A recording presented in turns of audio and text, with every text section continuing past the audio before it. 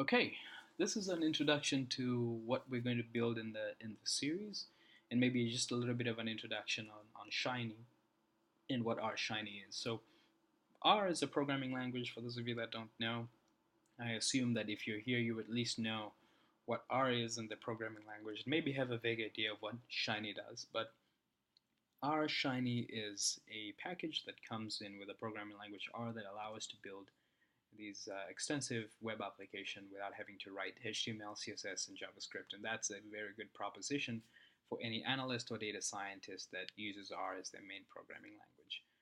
So if you go to the gallery, you'll see some of the applications there. What I do want to show in this short video is what we're going to build on this series. And let's actually just get to RStudio. And oops, let's reload the application.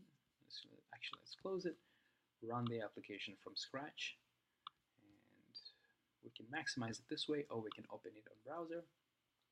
And the general idea is we want to build a data visualization app that uses the Iris dataset in this context. So we want to be able to have a file upload widget that takes in a CSV in this case.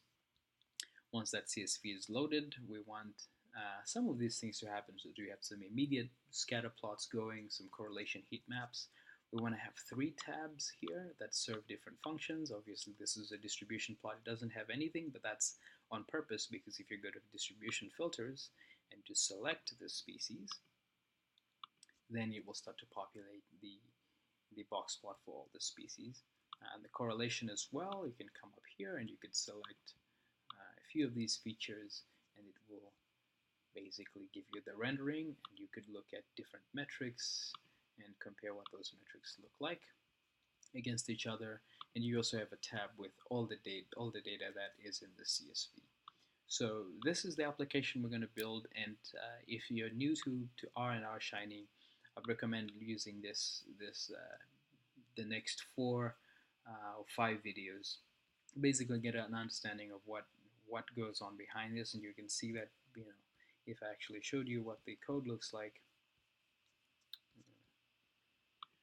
it's not really a lot of code to get us to do this.